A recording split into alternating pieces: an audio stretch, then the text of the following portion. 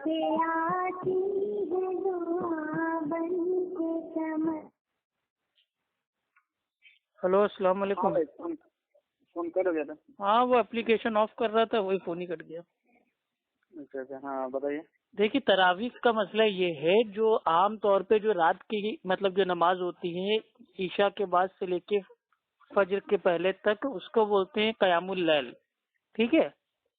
अब इसको अगर आप आम दिनों में पढ़ेंगे, यानी कि रमजान हो या कोई और महीना, अगर आप रातों को मतलब भाई कोई नमाज पढ़ते हैं ना नवाफिल, जी तो उसको उर्फ़े आम में कहते हैं तहज्जुद। और जी इसी नमाज का जो कैफियत का नाम है वो हो जाता है रमजान में तरावी। यानी कि अगर आप ईशा के फौरन बाद अगर आप नमाज पढ़ते हैं और हर 4 रकात के बाद बीच में थोड़ा इतना आराम करते हैं कि रीढ़ की हड्डी को सुकून पहुंच जाए, तो उसको उर्फ़े आम में मुहद्दिसीन ने इस्तेमाल किया है तरावी।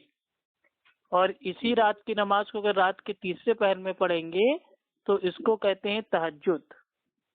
और इसी रातों की नमाज को अगर आपको वित्र करना है, ताक करना है रकातों की तादाद को, तो उसको उर्फ़े आम में कहते हैं वित्र की नमाज। तो ये एक ही नमाज है क़यामुल लैल।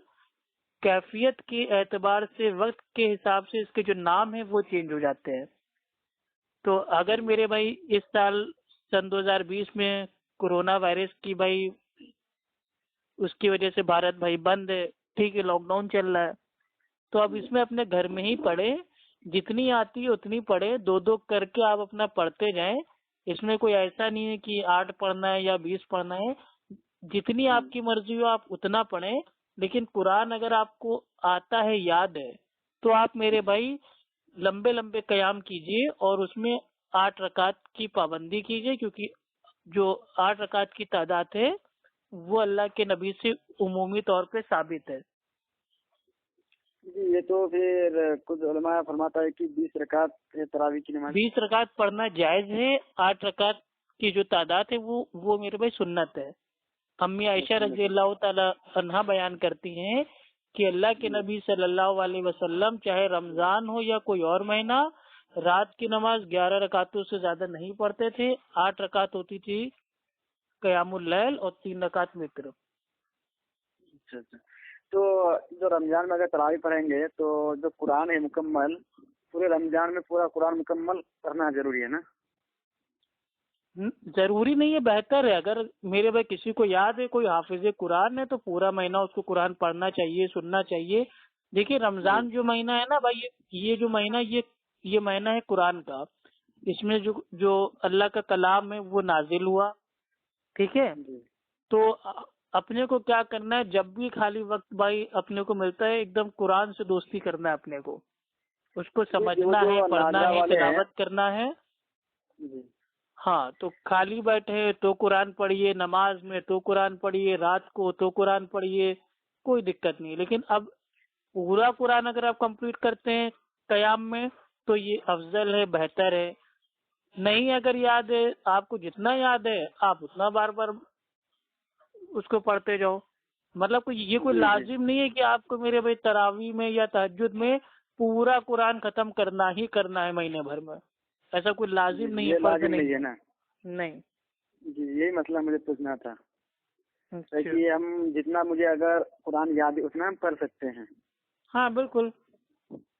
जैसे कि अगर कुछ सूरत है, जैसे कि कुछ अगर जो भी है 15-20 जो भी सूरत याद है वो सूरत भी पढ़ सकते हैं तरावी में, या हाँ कुरान में भाई, जो कुछ है। तरावी देखिए, अगर आप जमात के साथ पढ़ रहे हैं तो इमाम साहब को भाई पूरा याद है, वो आराम से मेरे भाई पढ़ेंगे, आपको पीछे उनके खड़े होके भाई सुनना है। सुनना लेकिन है। अब इस वक्त मेरे भाई लॉकडाउन चल रहा है, तो कुरान मेरे भाई जाहिर तो है नहीं कि हर घर में तो कोई इमाम साहब आएंगे नहीं पढ़ाने। ठीक है। जी वही। अगर आपकी फैमिली में कोई आपका भाई बेटा, उसको मेरे भाई याद है कुरान और वो हाफिज है, तो वो पढ़े, कोई मुश्किल नहीं है। आप उसके सामने जमात में खड़े होकर सुनो कुरान। लेकिन अब मसला जी ये ना, वही भाई। जमात हमको ना बनाना पड़े, इसीलिए तो मस्जिद में भाई वो लॉकडाउन। ठीक। अब अगर घर में भी हम जमात में पढ़ रहे हैं, छतों पे जमात बना रहे हैं, आस पड़ोस वालों को जमा करके कमरे में नमाज पढ़ रहे हैं, तो ये कौन सा लॉकडाउन फॉलो हो रहा है? तो लॉकडाउन फॉलो करने का मकसद ही यही है कि शारीरिक दूरी एक दूसरे से। अब जो आपके फैमिली मेंबर हैं, वो नमाज पढ़ लें, अल्हम्दुलिल्लाह कोई बात नहीं है। लेकिन अब बड़ी फैमिली है आपकी, पूरी ज्वाइंट फैमिली है, तो उसमें इकट्ठा होकर जमात से आप ना पढ़िए, क्योंकि जमात से हमको ना पढ़ना पड़े और वायरस मेरे भाई एक दूसरे के चपेट में भाई वो ना आ जाए, इसीलिए तो जो लॉकडाउन में हो गया है, इसीलिए तो मस्जिदें हमारी भाई वो बंद है। अब यही इसलिए काम मस्जिद अगर हम बंद घर है। पे करेंगे, छतों पे करेंगे, अपार्टमेंट में करेंगे, तो जो बाकी लोग हैं उसका वीडियो बना के सोशल मीडिया पे शेयर करेंगे, क्या देखो ये मुसलमान ऐसे हैं और लॉकडाउन फॉलो नहीं कर रहे हैं, इनके लिए कोई कायदा कानूनी नहीं है। तो ऐसी कोई हरकत भी ना कीजिएगा रमजान में जिससे मेरे भाई मुसलमानों का नाम वो मीडिया में जाके बदनाम हो। नहीं नहीं नहीं, ऐसा कोई हरकत नहीं। जब हिंदुस्तान में जब लॉकडाउन है तो उनकी पाबंदी भी करनी चाहिए लोगों को। जी और जी सब जी। कर भी रहा है, सब मुसलमान हो हिंदू हो सब मिलके कर भी रहा है। हाँ करना ही चाहिए ना, लेकिन कुछ लोग जी हैं ना, नहीं अरे रमजान तरावी तरावी बोले तो जमात जमात यानी की बात ठीक है, मस्जिद में नहीं हुआ तो क्या हुआ, हम घर पे जमात बनाएंगे, जाओ बगल के चाचा को बुला लो, मामू को बुला लो, सब एक साथ हम लोग 20 रकात पढ़ेंगे पाबंदी से। तो ये नहीं करना है अपने को, जी जमा होके नहीं पढ़ना है। घर में फैमिली मेंबर है 2 3 4, अपना वो पढ़ना चाहते हैं जमात बना के, अल्हम्दुलिल्लाह पढ़ सकते हैं, लेकिन जैसे बाहर कि के किसी फैमिली इंसान मेंबर को है, बुला के जमात नहीं बनाना है। नहीं नहीं बात समझिए कि फैमिली मेंबर है कि 4 5 आदमी है, तो उनमें से हाफिज कुरान कोई नहीं है, तो अगर कुछ भी उसको मालूम है कुरान की तो अगर कोई इमाम हाफिज बन कुरान सकता है। नहीं है तो मेरे भाई सब अपनी अलग अलग नमाज पढ़े, तो ये अलग ज्यादा अलग करे। बेटर है। जी जी वही बोले, इमाम नहीं बन सकते उनमें से वो। नहीं चाहे तो बन सकते हैं, कोई मसला ठीक नहीं है। है, लेकिन ना बने ज्यादा बेहतर है इस वक्त। ना बने तक। जी जी वो ऐसे लोग डालने की पाबंदी में। देखिए अब असल में मसला ये है ना, कोई हाफिज कुरान हो घर में तो चलो उसके पीछे 4 5 लोग भाई खड़े हो गए पढ़ लें, तो समझ में आ रहा है कि वो उसको उसको आता है कुरान पूरा, उसको याद है, तो चलो उसके पीछे जमात से पढ़ लें। लेकिन अब फैमिली में मेरे भाई जितने मेंबर हैं कोई को नहीं आता कुरान पूरी तरीके से, तो सब अपनी अलग अलग पढ़े जिसको जो जी अपना याद है। जमात बना के काहे के लिए दूसरों को मौका दे कि हाँ देखो जमात बना रहे जी जी सही बात है। हैं। वही मसला पूछना था आपसे भाई। ठीक है, ठीक है, बहुत बहुत मेहरबानी, इतना बता दिया। ठीक है, अस्सलाम ओके, वालेकुम। वालेकुम अस्सलाम वरहमतुल्लाह।